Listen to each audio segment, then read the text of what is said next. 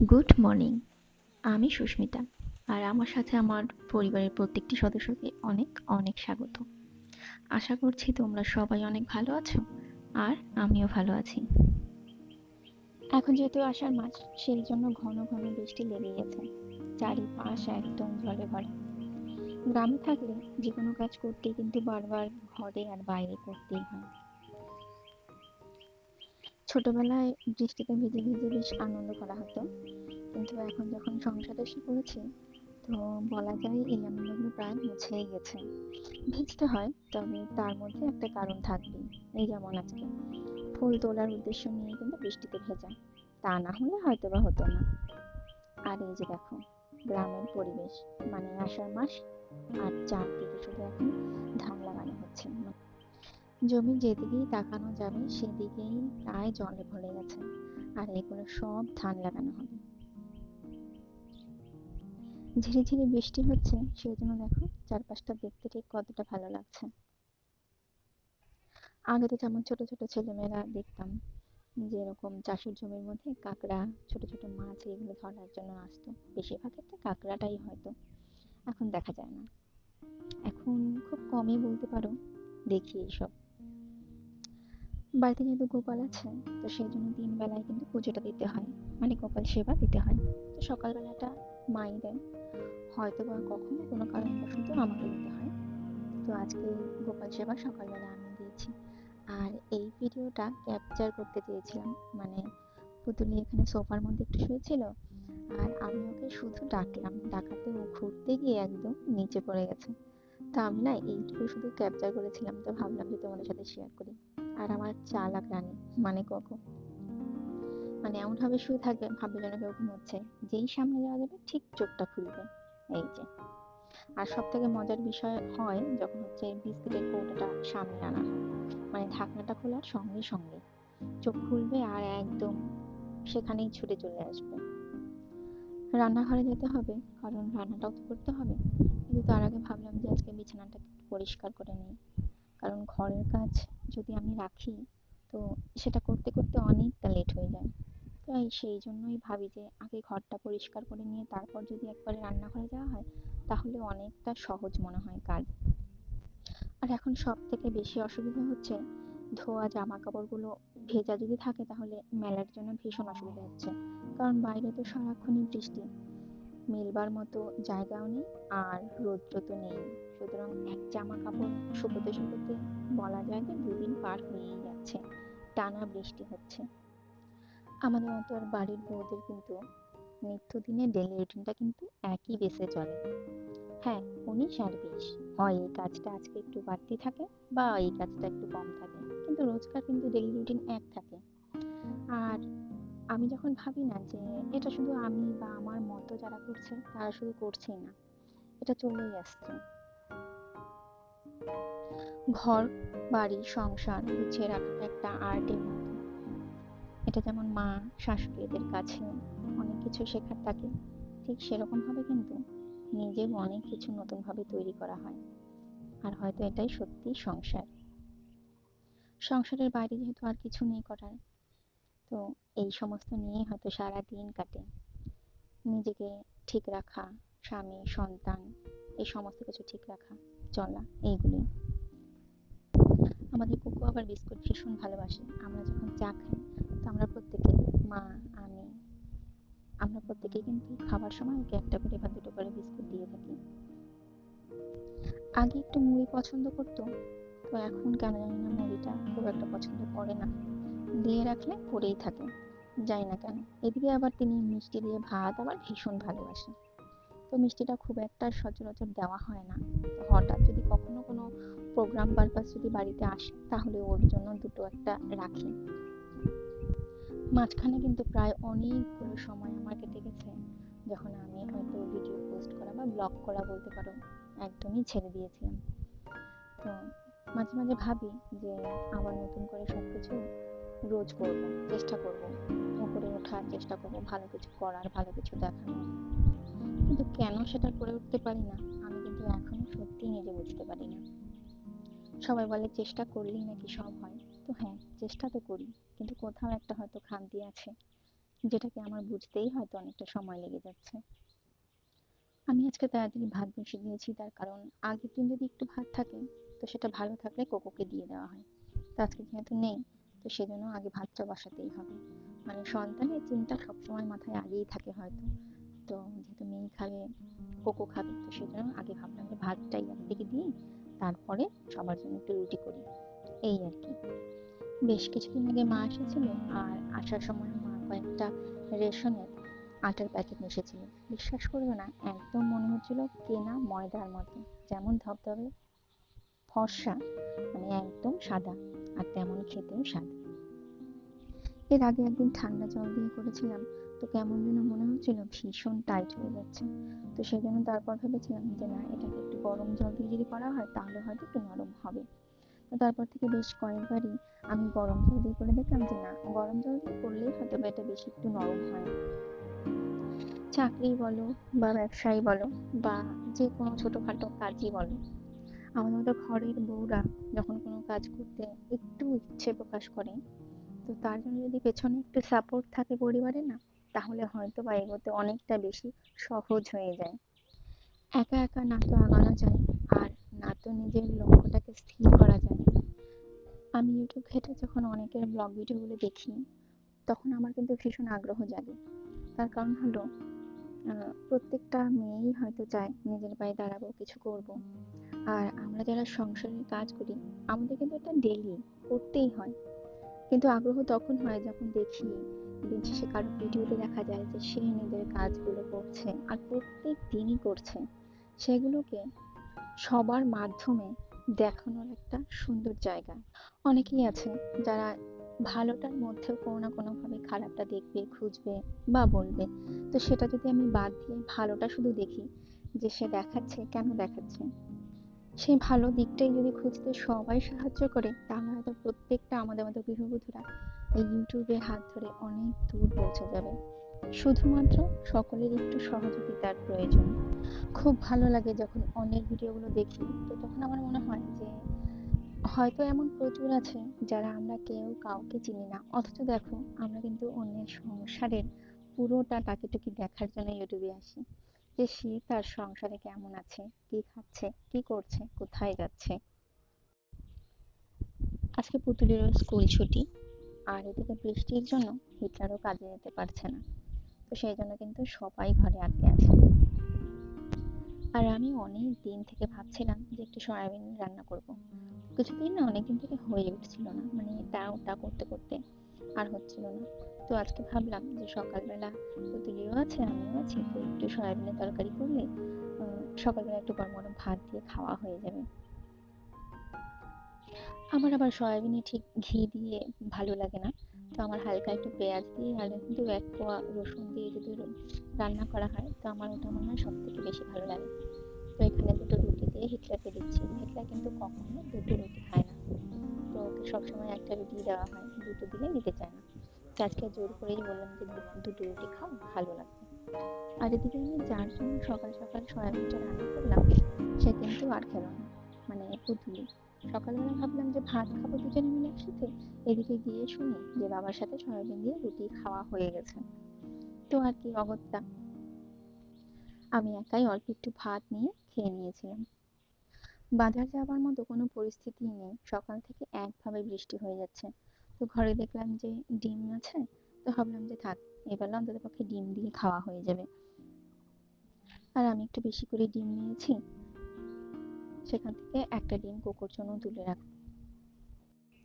বৃষ্টি হলে সবাই বলে চাটা খুব ভালো লাগে, আর না হলে হচ্ছে খিচুড়ি। বৃষ্টি হলে খিচুড়ি ভীষণ ভালো লাগে। একবার ভেবেছিলাম যে খিচুড়ি করি, পরে ভাবলাম যে খিচুড়ি করলে আবার আমাকে সেই ভাত তরকারি সমস্তটাই করতে হবে, কারণ পুতুলি আবার পাতলা খিচুড়িটা খুব একটা ভালোবাসে না। তো সেই জন্য হলো যে থাক, একবারে ভাত আর ডিমের ঝোলটাই করি, তাহলে সবার হয়ে যাবে। আমার যতদূর মনে পড়ে, এর আগের বছর কিন্তু এত তাড়াতাড়ি বৃষ্টি হয়নি। ভীষণ গরম ছিল এরকম সময়টা আর কি। তো এবার কেন জানি না, অনেক তাড়াতাড়ি কিন্তু বৃষ্টিটা শুরু হয়ে গেছে। আর পুতুলি মাঝে মাঝে ভীষণ বায়না ধরে, ও বলে বৃষ্টির মধ্যে ভিজবে। তো একদিন তো রাত্রিবেলা আমাকে বলে উঠলো যে মা একটু ভিজি। এবার বলো, রাত্রিবেলা কি এইটুকু একটা বাচ্চাকে বলা যায় যে হ্যাঁ তুই ভিজ? ইচ্ছে আছে একদিন বাড়িতে থাকলে যদি দুপুরবেলা বৃষ্টি হয় তাহলে ওকে বলবো যে বৃষ্টিতে ভিজেই স্নান কর। তো আমরা তো ছোটবেলায় এরকম কত স্নান করেছি। তো সেজন্য আমি বুঝি যে এখন বাচ্চাদেরও কিন্তু এই শখটা হবেই। বেশ ৩-৪ দিন হয়ে গেল এই কাঁকরোলগুলো ফ্রিজের মধ্যে রাখাই ছিল। তো খুব একটা যেহেতু কেউ ভালোবাসে না, তো ভাবলাম যে এগুলোকে একটু বড়া করি, পুরো ভরে দিয়ে যেরকম বড়া করে ঠিক সেরকমটা। আর এদিকে দেখো আমার কিন্তু ভাতও একদম হয়ে গেছে। আর আমি ভাতের মারটা মানে ভাতের ফ্যানটা গালার সময় কিন্তু এরকম ভাবে একটু জলটা ছেড়ে দিই কলে। তার কারণ হচ্ছে কিছুটা গরম জল কিন্তু আমার বেসিনেও চলে যায়। তো সেই জন্য ভাবি যে ওই গরম জলটা একদম ডাইরেক্ট পড়বে, তো সেই জন্য ভাবি যে একটু জল ছাড়লে অ্যাডজাস্ট হয়ে যায়। ভেন্ডি কেটেছিলাম, ভেন্ডি আর বেগুন। তো ভাবলাম যে এই হালকা একটু সর্ষে বাটা লঙ্কা বাটা দিয়ে একটু চচ্চড়ি করি। আমার আবার মানে মা ঠাকুমার মতো শিলনোড়ার মধ্যে বাটতে আর সেই বাটা দিয়ে রান্না করতে কেন জানি না ভীষণ ভালো লাগে। যেমন মাছের ঝোল, আমার তো মাছের ঝোল ওই জিরে ভেজে নিয়ে না বাটলে বা শুকনো লঙ্কা না বাটলে ওই গুঁড়ো মশলা দিয়ে করলে কেন জানি না ভালোই লাগে না। আমার কখনোই মনে হয় না যে মাছের ঝোল আমি ওই গুঁড়ো লঙ্কা গুঁড়ো জিরের গুঁড়ো এই সমস্ত দিয়েই করব। তো বাটতেই আমার কেন জানি না ভালো লাগে। আচ্ছা, এক এক জায়গায় কিন্তু এক একটা নাম হয়। তো কেউ কিন্তু বলে ঢেঁড়স, আর আমরা কিন্তু বলে থাকি ভেন্ডি। এবার কে কি বলো আমাকে জানাবে। তো ভেন্ডিটা কিন্তু আমরা বলি, ঢেঁড়স আমরা খুব একটা কখনো মনে হয় না যে বলি। তো এখানে কালো জিরে ফোড়ন দিয়ে তার মধ্যে একটা পেঁয়াজ ঝিরি ঝিরি করে কেটে আমি ভাজছি। তো বাদামি রং করে ভাজার পরে আমি ভেন্ডি মানে ঢেঁড়স আর বেগুনটাকে সেটার মধ্যে একদম দিয়ে দিয়েছি। তো এটাকে বেশ হালকা আঁচে অনেকক্ষণ লবণ আর হলুদ দিয়ে একটু কষতে দেবো। আর এদিকে দেখো, এটা হচ্ছে কোকোর জন্য। ও কোকোর জন্য আজকে ভাবলাম যে সয়াবিন না করে একটুখানি ডালই করি। তো মসুর ডাল দিয়ে আর ডিম সিদ্ধ দিয়ে মেখে দিলে কিন্তু খুব ভালো খাবে। সকালবেলা বৃষ্টির পরে দেখো ভেজা ভেজা মাটি আর একদম কাদাযুক্ত। আর ওই জায়গায় ওটা দিয়ে রেখেছিলাম কারণ ওখানে বাইক ওঠাতে আর নামাতে গিয়ে না একদম কাদা কাদা হয়ে যায়। তো ওটা দিয়ে রাখলে হাঁটতে চলতে ভীষণ সুবিধা হয়। তো এটা যেহেতু এখন ব্যবহার হয় না, তো সেই জন্য পড়েই ছিল। তো ভাবলাম যে এখানে দিয়ে রাখলে পরে বেশ সুবিধা হবে। আর এই যে আমার নীলকণ্ঠ গাছ, একটা আছে নীল এরকম বেশ কয়েকটা পাপড়ি, আর এটা হচ্ছে সাদা। নীলকণ্ঠ গাছ কিন্তু ভীষণ ভালো লাগে এভাবে যদি করে দেওয়া যায় আর কি সুন্দরভাবে, তো দেখতে ভীষণ ভালো লাগে। আর আমার এই গাছটায় নতুন আর একটা ফুল হয়েছে, এর আগেও একটা হয়েছিল, তো এটা হচ্ছে দ্বিতীয়। তো এই কালারের ফুল তোমাদের কার কেমন লাগে জানাবে। হলুদ, আর এটা একদম মিষ্টি হলুদ। এদিকে দেখো আমার বেগুন আর ঢেঁড়স মানে যেটাকে আমরা বলি ভেন্ডি একদম হালকা মতো মজে গেছে। ঢেঁড়স যেহেতু খুব তাড়াতাড়ি গলে যায়, তো তার মধ্যে সেই জন্য তাড়াতাড়ি করে এই সর্ষে আর লঙ্কা বাটাটা আমি দিয়ে দিচ্ছি। তো এটাকে হালকা একটু নাড়াচাড়া করে ঢেকে দিলে কিন্তু একদম মজে আসবে। আমার শাশুড়ি মা আর আমি ভাতের মধ্যে কয়েকটা ঢেঁড়স সেদ্ধ দিয়ে দিই, আর তারপর সেই ঢেঁড়স সেদ্ধ আর গরম ভাত, এটা খেতে জাস্ট অসাধারণ লাগে। কিন্তু আজকে দেখলাম অনেকগুলো ঢেঁড়স ছিল, তো সেজন্য ভাবলাম যে না একটু চচ্চড়ি করি। তো ওদিকে দেখি আমার কিন্তু ঢেঁড়স চচ্চড়ি একদম রেডি হয়ে গেছে। আর এদিকে করেছিলাম ডিমের ঝোল। তো সব কষানো হয়ে গেছে সব, তো সেই জন্য ভাবলাম যে জল দিয়ে একদম ঢেকে দিই। আর আজকে বৃষ্টির দিনে আমার আকর্ষণ রান্না হচ্ছে এই কাঁকরোলের পুর ভরা বড়া। সেদ্ধ করে নিয়েছিলাম, তো এবারে হচ্ছে চামচ দিয়ে এইগুলোকে ভেতর থেকে সমস্ত বীজগুলো বার করে দেওয়া। তো অনেকেই আছে যে বীজগুলোকে গোটা গোটা পুরো ভেতর ভরতে ভালোবাসে, কিন্তু আমি বীজগুলো গোটা দিই না। তার কারণ খুব একটা কেউ এ বাড়িতে হচ্ছে এই সমস্ত বীজ মুখে দিতে ভালোবাসে না, আর সেটা আমার ক্ষেত্রেও তাই। তো এরকম বীজ মুখে পড়বে সেটা ভালো লাগে না, তো সেই জন্য ভাবছি যে এইগুলোকে একবারে একসাথে বেটে নেব। তো কাঁকরোলের না চামড়াটা যতটা পাতলা করা যাবে টেস্ট কিন্তু তত বেশি হবে। তো আমি অনেকটা করে এভাবে তুলে নিচ্ছিলাম যাতে করে একদম পাতলা হয়ে বেরিয়ে আসে। সবটা ছাড়ানো হয়ে গেছে, এবারে নিয়ে নিচ্ছি সর্ষে। তো মেন হচ্ছে সর্ষেটাই, সর্ষে কাঁচা লঙ্কা এই দুটো দিয়েই কিন্তু কাঁকরোলের এই বীজগুলোকে মানে সেদ্ধ করা বীজগুলোকে একসাথে আমি বেটে নেব। তো এগুলোকে একসাথে বেটে নিয়ে তারপর এটাকে ভাজতে হবে। এবারে ভিডিও এডিট করার ক্ষেত্রে বলি, যেহেতু আমি নতুন, একদমই নতুন, তো খুব একটা ধারণা নেই, যতটুকু আমার ধারণা আছে ততটুকু নিয়েই আমি এগোচ্ছি। তো সেইটুকু যদি তোমাদের ভালো লাগে তাহলে আশা করব তোমরা প্রত্যেকেই আমার পাশে থাকবে আর অনেক অনেক সাপোর্ট করবে। ওই যে একটা কথা তখন বললাম যে সাধারণ ঘরের মেয়েরা যেটাই করে তার মধ্যে কিন্তু পেছনে একটা সাপোর্টের ভীষণ দরকার। তো এটা একটা পরিবারের মতো। তো এখানে আমি সবসময় চাইবো যে প্রত্যেকটা সদস্য যেন আমাকে অনেক অনেক সাপোর্ট করে, যাতে আমি এগোতে পারি। আজকে একদম পাতলা করে ডিমের ঝোল করেছিলাম। তো সবসময় তো কষা কষা খাওয়াই হয়, সেই জন্য আজকে ভাবলাম যে হালকা ঝাল দিয়ে, কাঁচা লঙ্কা বেশি দিয়ে, যে একটু পাতলা ডিমের ঝোল করি। এখানে সর্ষে লঙ্কা বাটার মধ্যে আমি একটু লঙ্কার গুঁড়ো, জিরের গুঁড়ো, লবণ, হলুদ এইগুলো সব দিয়ে দিয়েছি। তো এখানে আমি ফোড়নে দিয়ে দিয়েছি পেঁয়াজ আর সামান্য একটু হয়তো কালো জিরে দিয়েছি। তো এগুলোকে ভালো করে ভেজে নিয়ে তারপর আমি সেই বাটা মশলাটা তার মধ্যে অ্যাড করব। তো এগুলোকে বেশ সুন্দরভাবে যাতে একটা সুন্দর ফ্লেভার বের হয় ততক্ষণ পর্যন্ত হালকাভাবে নাড়াচাড়া করব। আমি যেমন বিভিন্ন রকমের বড়া খেতে বা রান্না করতে ভালোবাসি, ঠিক সেরকম আমি বিভিন্ন রকমের বাটা মানে ভর্তা রেসিপি ভীষণ ভালোবাসি। তো আগে যখন মেয়ের অবস্থায় ছিলাম, বাটা আমি করতে তো বেশিরভাগ সময় বিভিন্ন রান্না মাছের তরকারি বা ডিমের যে কোনো তরকারি মা হোক না কেন, শেষে একটু হলেও মা বাটা করে। তো সেই জন্য এখনো হয়তো সেই জিনিসটা করছি না, একটু কিছু বাটা খাবো। তো এখন হয়তো আর সেটা হয় না।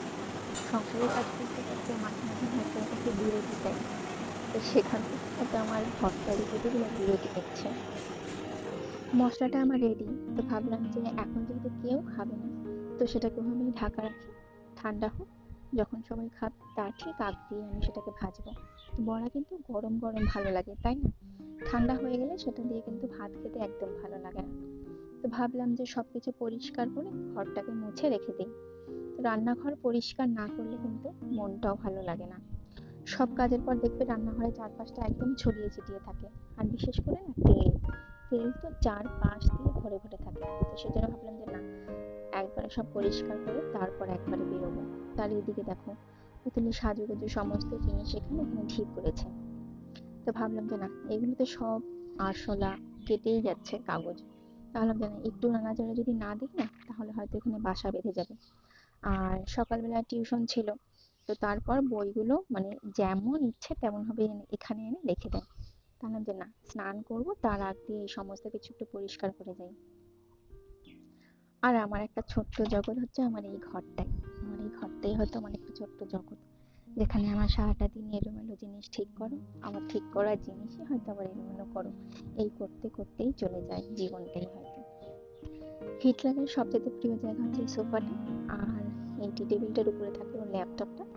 তো এই জায়গাটা হিটলারের, আর বিছানাটা হচ্ছে আমার আর পুতুলের। এটা আমাদের দখলই হয়তো হয়ে যাচ্ছে। তো হারমোনিয়ামটা আর উঠাইনি। তো ভাবলাম যে বিকেলবেলা আবার একটু বলবো গানটা করতে, কারণ এই মাসে পুতুলের আবার গানের পরীক্ষাও আছে। তো মাঝে মাঝে একটু না নিয়ে বসলে না হবে না। তো স্নান সেরে, আমি আজকে গোপাল দেইনি দুপুরে, তো সেটা মাই দিয়ে দিবে। তো স্নান সেরে তারপরে একদম সোজা এসে গেছি। তো কাকরোলের পুরটা করবো, কারণ পুতুলিও বলছে ভীষণ খিদে পেয়েছে, আর এদিকে বেলা প্রায় 3টে নাগাদ বেজেই যাবে হয়তো। তো 2টোর মতো বাজে হয়তো এই সময়। তো আমিও এসেছিলাম রান্নাঘরে। এখানে লঙ্কার গুঁড়ো, জিরের গুঁড়ো, হলুদ, লবণ সবকিছু যা দিয়েছিলাম সে সমস্ত কিছু দিয়ে এখানে চালের গুঁড়োটাকে আমি পেস্ট করেছিলাম। তো চালের গুঁড়ো পেস্টটার মধ্যে সমস্ত কিছু দিয়ে আমি ভালোভাবে নেড়েচেড়ে রেখে দিয়েছি। তো এটার মধ্যে ডুবিয়েই কিন্তু ভাজতে হবে।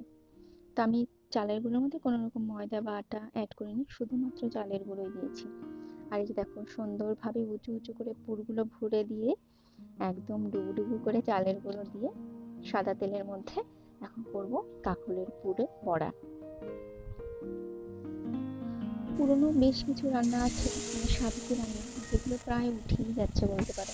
যেমন চাল কুমড়োর পাত পাত করে বড়া, তো মূলোর বিভিন্ন রকম ভাবে বড়া। তো আমার ইচ্ছে আছে আমার দিদা একটা মূলোর বড়া করে, যে মূলোটা ডিজাইনটাই এতটা অপূর্ব, আমি আমার দিদা ছাড়া আর কাউকে কখনো দেখিনি বা কারো বাড়িতে আমি সেরকম ভাবে খাইনি। তো ইচ্ছে আছে কখনো যদি আমি পারি, তো সেরকমটা আমি তোমাদের সাথে সেই মূলের বড়াটা শেয়ার করবো। একটা সাইড আমার মোটামুটি হালকাভাবে ভাজা হয়ে গেছে, তো ভাবলাম যে এইগুলোকে এবারে উল্টে দিই। তো যতক্ষণ পর্যন্ত না একটু শক্ত হচ্ছে, তো সেই সাইডটা উল্টোলে না সেটা টেস্টটা কড়কড়া হয় না।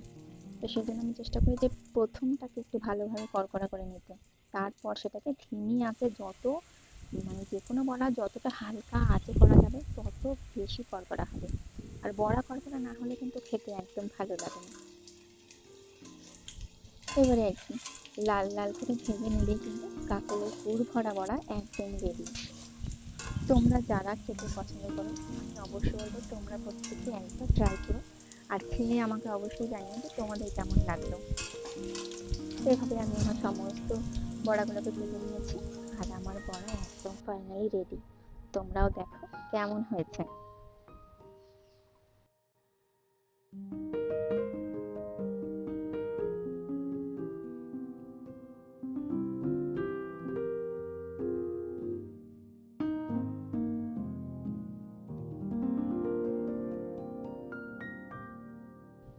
আর বড়া হওয়ার পরে প্রতিদিন এখানে খাবার নিয়ে বসেছে, আমি এসে দেখি যে এখানে ও আর্ট করছে, মানে ওর আর্টের পরীক্ষা আছে, তারপর আর্ট করে। তো আজকের ভিডিওটা আমি আর লম্বা করলাম না, তো তোমাদের কেমন লাগলো অবশ্যই জানাবে। আর আশা করবো তোমরা প্রত্যেকে আমার পাশে থাকবে আর অনেক অনেক সাপোর্ট করবে। আর ভালো লাগলে প্লিজ একটা ছোট্ট করে লাইক দিও। তো ভিডিওটা এখানে শেষ, দেখা হবে নতুন একটা ভিডিওর সাথে, নতুন একটা ব্লগে।